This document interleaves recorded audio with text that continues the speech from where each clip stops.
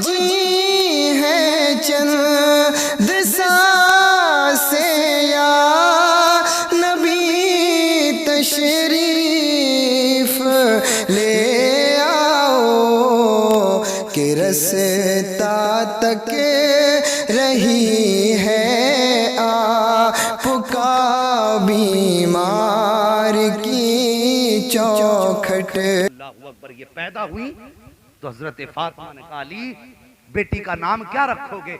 आपने फरमाया, मैंने पहले बच्चों के नाम रखे थे क्या? कहा नहीं। कहा फिर हुजूर ही रखेंगे। कहा हुजूर तो जंग पे हैं। हजरत अली ने फरमाया, नाम तभी रखे जाएंगे जब मुस्तफा आ जाएंगे। फिर मेरे नबी ने हजरत फातिमा की शहजादी का नाम ज़ैनब रखा। अल्लाहू अकबर। ये ज़ैनब है। बढ़े थोड़ा सा आगे, एक बात बता दूं, जरा सारे बोल दें या हुसैन। ज्यादा लंबा इशारा ना करें, 1 घंटा हो चुका है, आप लोगों ने मोहब्बत से सुना। मेरा तो अपना उसूल है, अगर कोई कद्र से हुसैन का जिक्र सुनता है ना, तो मैं इस जिक्र को इबादत समझ के करता हूं। हाँ, इसलिए कि इनका नाम लेना भी इबादत है और तुम भी इबादत समझ के इसको सुना कर। लोग कहते हैं ना, क्या लाए जलसे से? क्या यार, कुछ भी ना ला सके, कम से कम हुसैन की बातें तो सुन के आए हैं। तुझे क्या पता, अल्लाह कबूल फरमा लेना यहाँ का 1 मिनट का बैठना, और खुदा की कसम ये सदियों की इबादत पे भारी पड़ जाएगा अगर अल्लाह कबूल कर ले। शर्त है उसकी कबूलियत में। तवज्जो है आपकी? अल्लाहू अकबर। ये करबला की जमीन है। इन लोगों को कैदी बनाया गया।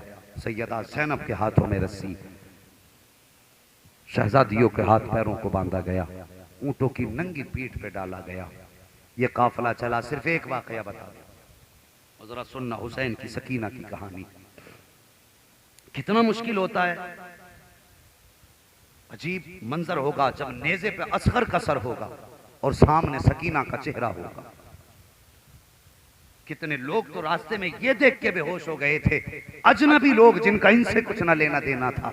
हजरत असगर का चेहरा देख के उन्होंने कहा था, यार बड़ों की बात समझ में आती है कि इन्होंने कोई खता की होगी, तब ये काटे गए हैं, मगर इस छोटे से बच्चे ने क्या बिगाड़ा होगा जिसकी उम्र दूध पीने की थी, उसके मुंह से खून बह रहा है। ये देखने वालों का आलम था। मगर सोचो, ये पूरा सफर करबला से दमिश्क तक का सैयदा ज़ैनब ने और हजरत सकीना ने इस हाल में किया कि सामने अपनों के सर थे नेज़ों पे। कोई खेल तो न था।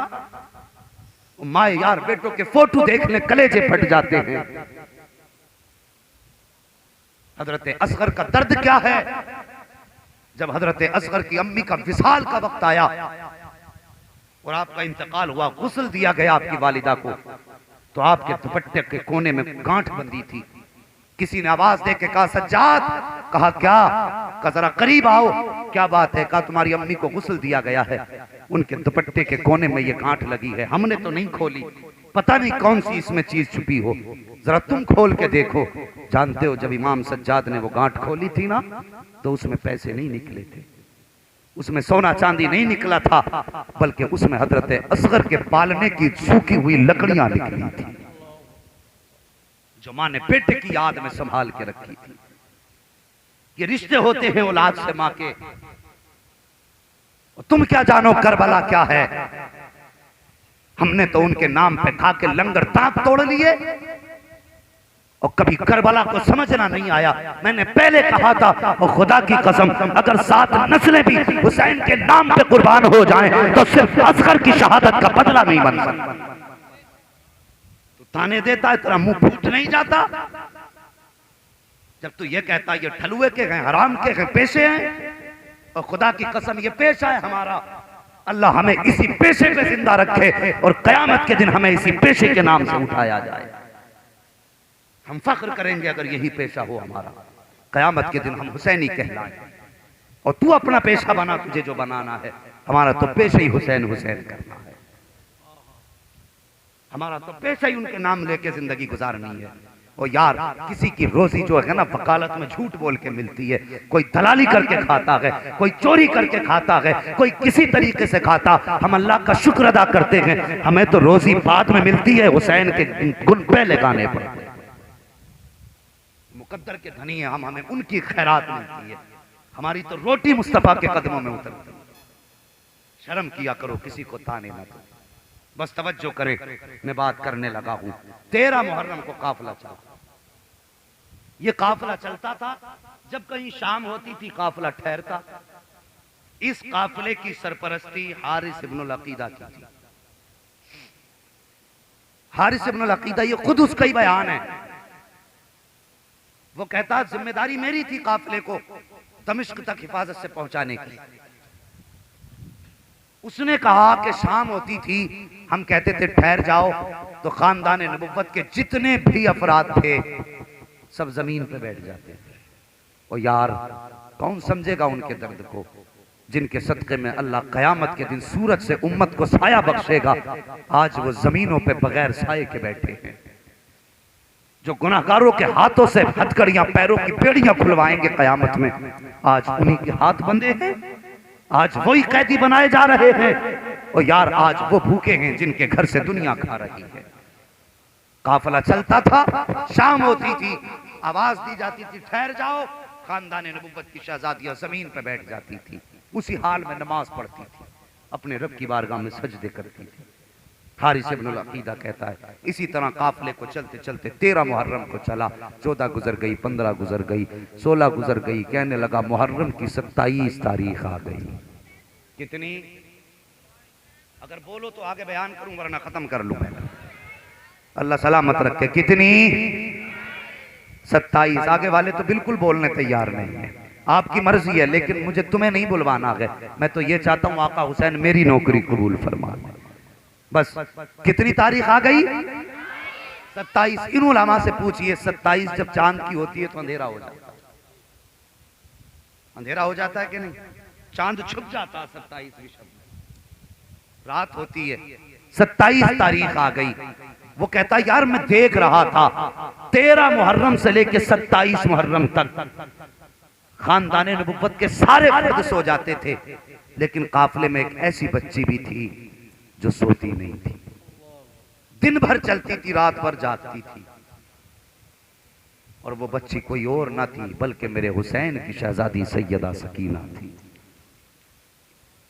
सब सो जाते थे लेकिन ये जागती रहती थी।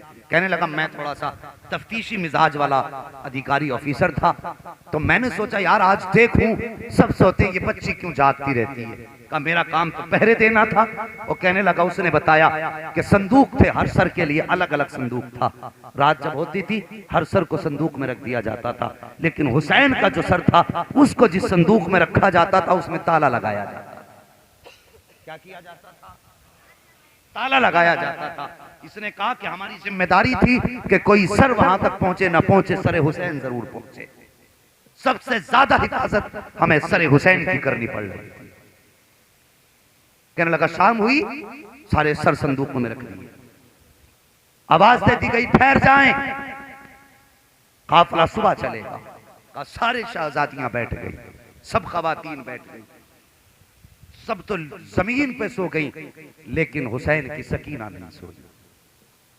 मैं सोचने लगा आज देखूं ये जागती क्यों है। हारिस इब्नुल अकीदा कहता मैंने यूं चेहरा किया, आंखें ऐसे कर ली जैसे मैं सो रहा। समझ रहे बात? मैं सोया नहीं, मुझे बच्ची को देखना था ये करती क्या जाग करके। उसने कहा मैंने देखा, जब मैंने आंखें बंद की बच्ची मेरी तरफ आई, मेरी कुर्सी के पास आई। उसने आके मुझे करीब से देखा। उसको जब लगा मैं सो रहा हूं, उसने कहा या अल्लाह तेरा शुक्र है आज तूने इसे सुला दिया।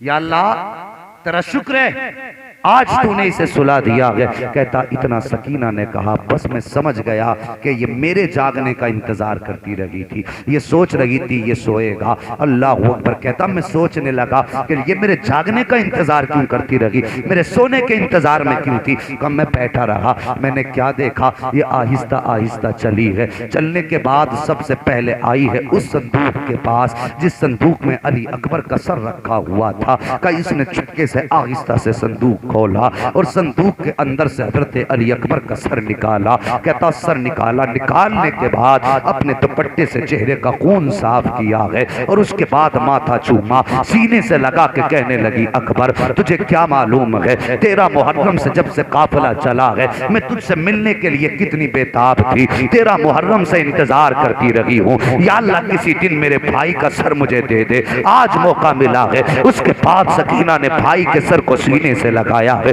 माथा चूम के कहा था अकबर याद है जब तुम मदीने से चला था तो सुगरा ने तुझसे क्या कहा था। अकबर अब मैं मदीना जाऊंगी, मुझे पता तेरी सुगरा को क्या जवाब दूंगी। उसके बाद हजरत सकीना ने कहा था अकबर तुम्हें क्या मालूम है, जब तुम करबला के मैदान आए थे तो बाबा के सर के बाल काले थे, लेकिन जब तुम्हें बाबा उठा के लाए करबला से तो बाल सफेद हो गए थे। उसके बाद अपने भाई का माथा चूमा, चूम के कहने लगी अकबर तुम आराम करो, मुझे असगर से जाके मिलना है। उसके बाद अकबर के सर को हजरत सकीना ने संदूक में रखा है, फिर उस संदूक के पास गई है जिस संदूक में हजरत असगर का सर रखा हुआ है, और जाने के बाद प्यार से असगर का सर निकाला है। निकालने के बाद माथे को चूमा, चेहरे को साफ किया, साफ करने के बाद कहा था असगर परेशान न होना, जिस पालने में झूला करते थे वो पालना करबला रह गया है, आज तुझे अपनी गोद में झूला झूला दो।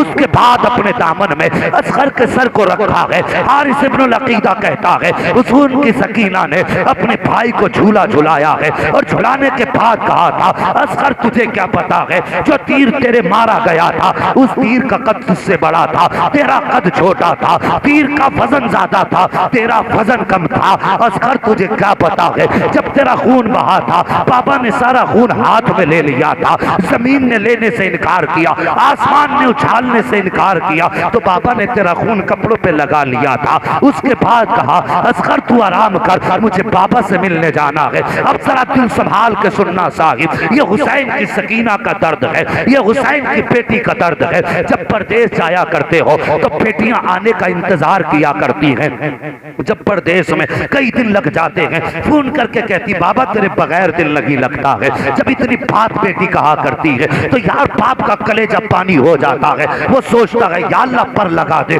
मेरी बेटी ने आवाज दी है मैं उड़ के चला जाऊं। और सोच तो सही तुम परदेश में हो तो बेटी की याद इतनी रुलाती है। और मुझे बता मेरे हुसैन की सकीना की गोद में अकबर का भी सर आया है, असगर का सर आया है। अल मुख्तसर ये उस संदूक के पास आई है जिसमें हुसैन का सर है। आकर के क्या देखती है कि संदूक में ताला लगा है, ताले को देखा है, आंख में आंसू आ गए हैं। कहती या अल्लाह तुझे मालूम है मैं बाप की रजा के लिए 13 तारीख से 27 तक पैदल चलती रही हूँ। ए मेरे अल्लाह आज संदूक तक पहुंची हूँ तो इसमें ताला लगा हुआ है। ए मेरे परवरदिगार तूने यूसुफ के लिए 7 तालों को तोड़ दिया था और मैं तो फिर सकीना हूँ, ये एक ताला है। हारिस इब्नुल अकीदा कहता है जब हुसैन की सकीना दर्द के साथ रोई है मेरे दिल ने कहा था कि जल्दी से चाबी निकाल के दे दे। फिर मैंने सोचा चाबी किस लिए दूं, सकीना कोई लावारिस तो नहीं है। वो कहता है मैंने चाबी ये सोच के न दी